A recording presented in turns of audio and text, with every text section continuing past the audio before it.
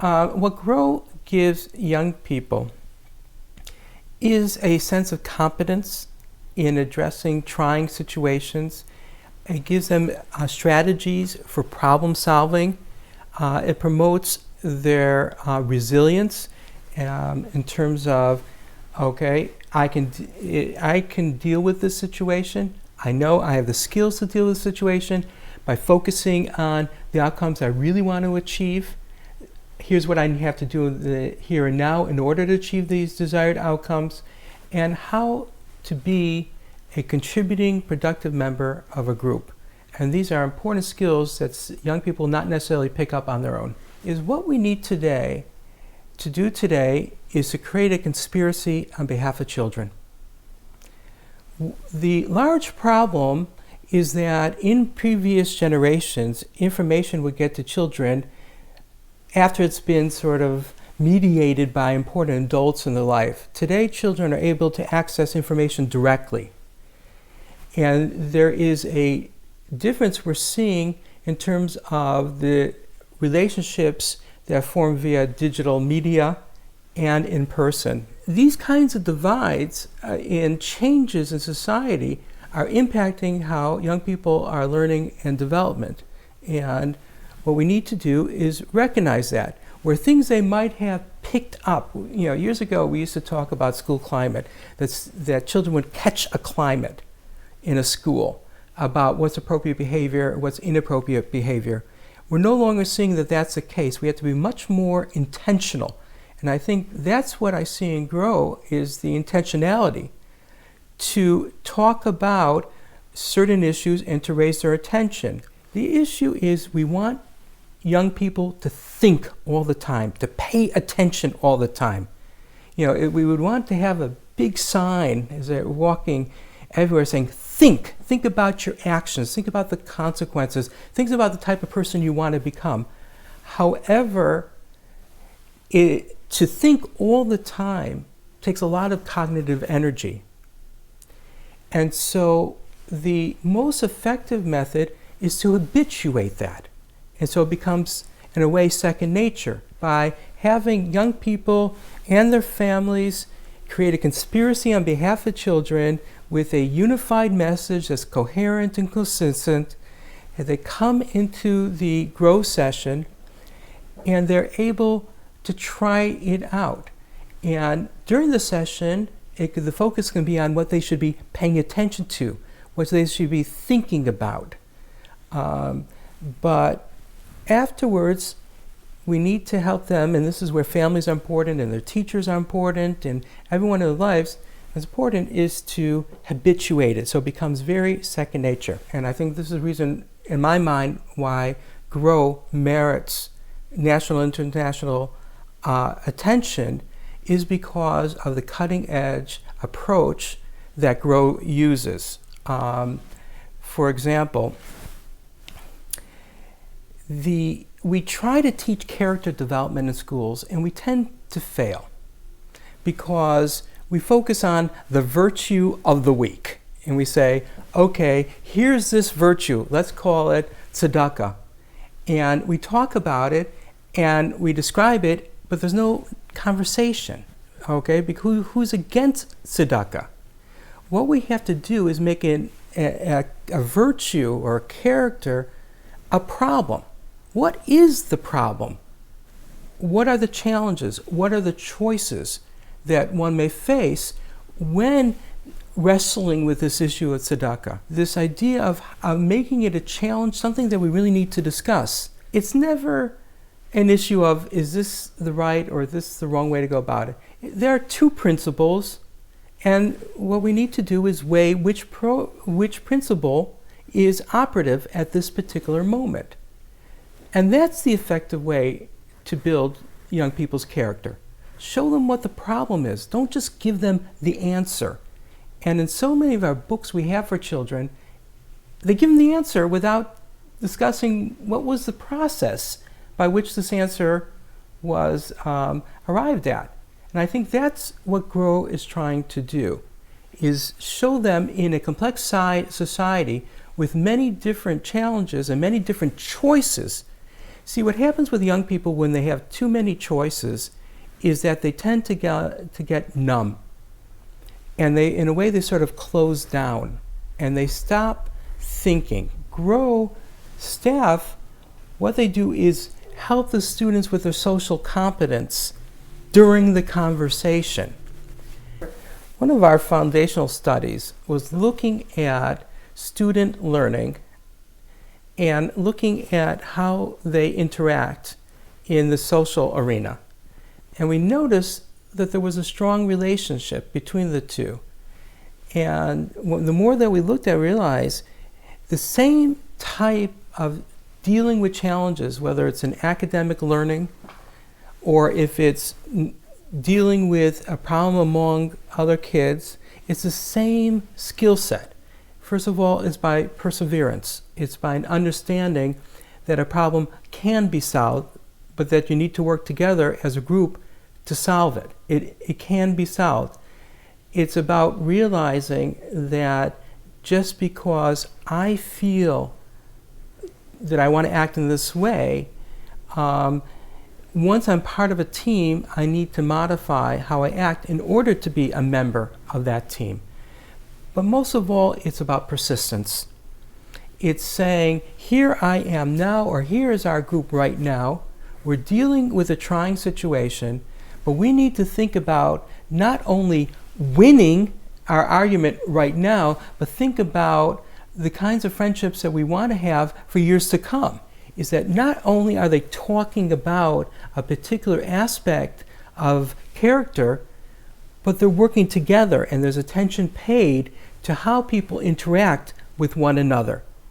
And I think that is the most effective way to raise young Jewish kids with character.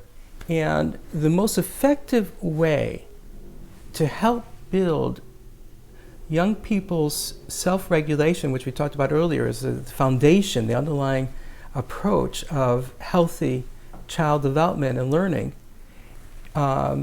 is for them to belong to a group.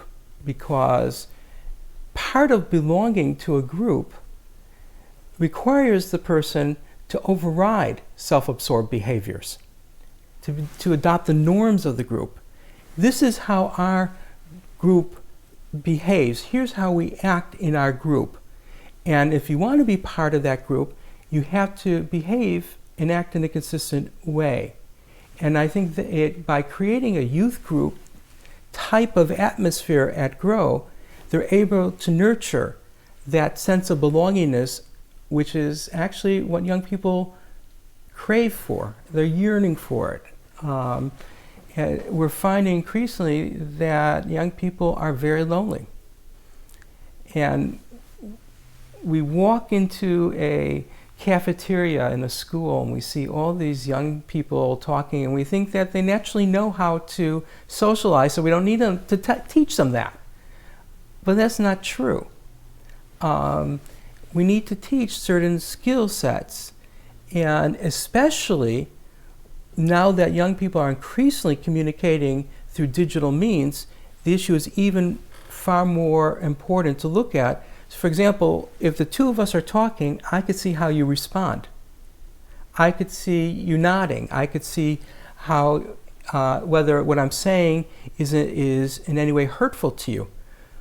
When you're writing an email, you don't know how the respondent perceives the email. Young people are becoming increasingly disconnected from groups. Part of it is in a complex society that there are many different groups with mutually exclusive demands. And people are increasingly taking on they're part of this group and that group and this group and that group, and so many different parts of themselves, but we don't see a wholeness in children. And so the only way to do that is to create what I refer to as a conspiracy on behalf of children. Having parents, educators, rabbis, everyone in their lives. One of the most interesting studies that we have done is that we've told students in schools to take a moment and count how many people in your life, how many adults, whether it could be at school, at home, in the community, how many adults care about you. And it was interesting to note that those students who had very few adults care about them had the most difficulty with self-regulation. They had the most difficulty in terms of academic achievement. They were not forming important relationships with adults and other kids their age. And the reverse was true for those who said that they have many adults in their lives who care about them. We asked the parents, where did they learn how to navigate in a complex society with many different choices? And they said it was all part of their growing up experiences at home with their family. Then when we asked them what they want the schools to promote, that was the number one thing. And it was interesting because even though they feel they got it from their families, they didn't feel that they were doing a really good job at passing it along to their children, so they wanted the help of the educators to do so. And I think GROW provides that opportunity for parents also to learn the language and the thoughts and the strategies for promoting their children's character, and they're not on their own in that regard. I could just tell you that I remember there were many times when my children were growing up where I benefited from having other people around who could tell me how to handle a particular situation. One time I went into my middle child's classroom and he was sitting all the way in the back by himself. And I asked the teacher why he's sitting all the way in the back on his own. And she said to me, because he likes it there. I said, okay. And I was talking to a colleague later in the day, and I was telling her this story, and she said to me, and she was a principal of a school, and she said to me, and you didn't ask her why he likes sitting by himself? Okay. And there were times it was just helpful to have somebody I could turn to and ask questions in a very easy, comfortable way. And I think what GROW offers parents is the opportunity to ask questions, to learn themselves what language they should use, how to confront children, because there are times when we need to confront them and say, no, this is not okay. This is really not acceptable, without it blowing up. One of the things that we're finding in society today is parents are giving too much control to their children. It's the difference between loving children and being in love with them. And that's our role as parents, is to say no. But just by saying no is often not enough. What parents need to do is help their children to develop the problem-solving skills and the capacity to cope with difficult situations and the underlying regulation of their emotions and their behavior. And that's what GROW offers parents, so they could see how educators are working with their children to promote these particular developmental aspects, and they can learn from it. I try to promote in my children the ability to make important and good decisions, but sometimes I feel like I'm doing it all on my own, and I need this for them to hear it in other settings, in other places, and also to hear it from educators. I see that sometimes my children have balanced development, that they're growing in every area, and sometimes I see that they, in terms of, let's say, the language development, is zooming ahead of the cognitive. So, but what's the point of being articulate if you have nothing to say? What's the point of being a bodybuilder if you walk by the stairs and don't take the laundry up the stairs? What's the point of saying you care about people and you're very attentive to people who are important to you, but the school secretary or the person who's cleaning the halls, you never even notice? And so I need help, because the children are not with me all the time. And I need to know that they're with other caring and competent adults who will promote the very same aspects of development that I want to do as well.